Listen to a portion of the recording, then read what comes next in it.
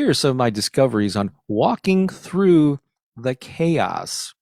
So it can refer to transformation and growth. Like navigating through chaos is a transformative journey.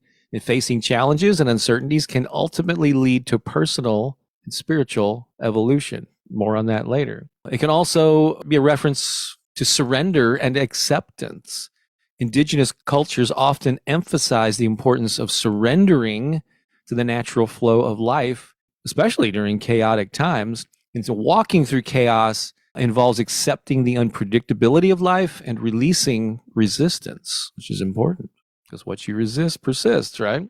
Another aspect of this is embracing the shadow self, which I had never thought of when I first saw that phrase. But chaos can also represent the aspects of ourselves and the world that are hidden or suppressed. Embracing the unexplored and sometimes uncomfortable parts of our psyche can lead to greater wholeness and integration. Amid chaos, there's often an opportunity to find clarity and insight. And many cultures and traditions over the years often turn to nature, meditation, and introspection as ways to find guidance and stillness during turbulent times.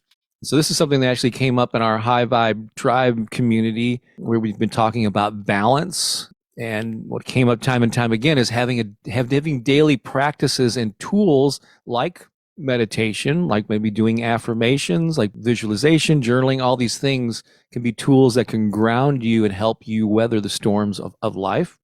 Also, another thing is really important to sort of embrace with this. Chaos is a natural part of the cycles of life, symbolizing change and upheaval that is followed by order and growth. And I think that's really important to remember, because sometimes we're in the midst of chaos and there's an upheaval, there's a change. We lost someone left us, or we've been fired from a job, or suddenly our source of money is dried up or whatever. And we feel like, oh my God, what's going on? Just realize that that's just a cycle that you're in. It's not permanent. That upheaval is often followed by order and growth. And I think if you look back on your lives for those times when things were most chaotic, and in hindsight, you will realize that, oh boy, well, something eventually great came out of that. It led me to a new place. I had to become a new version of myself to overcome that, and ended up in a better place. I had to look this up. I wouldn't have had this by memory. Psalm 23, verse 4. Even though I walk through the valley of the shadow of death, I fear no evil, for you are with me, your rod and your staff, they comfort me. This is an often quoted verse of the Bible. I think kind of ties into what we're talking about here. Though I walk through the valley of the shadow of death. And I've heard different preachers and speakers over the years make a sometimes humorous reference to the word walk. And I think it ties into what Tony and others were saying. It's like you flow through it. But it says walk through the chaos, walk through valley, the shadow of death. It doesn't say put up a hammock. It doesn't say buy a condo there and live. It doesn't say build a house or an apartment building and invite others to join you here so you tell your story over and over again about so walking through the chaos. I walk through the valley of the shadow. So you keep walking, when you experience these things, knowing that there's goodness on the other side of the hill or the valley or whatever that you're in.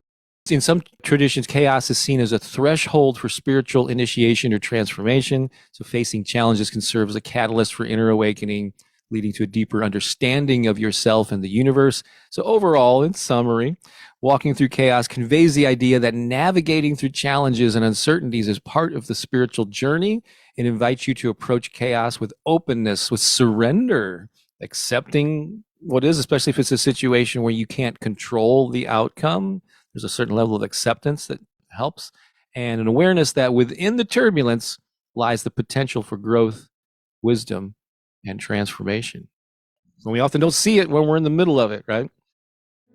I'm Bob Baker of bobbakerinspiration.com. Please visit the website and grab your copy of our free ebook, Turbocharge Your Life.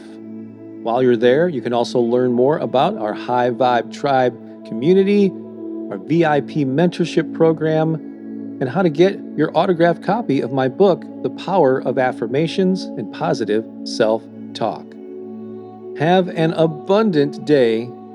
Until next time, So long for now.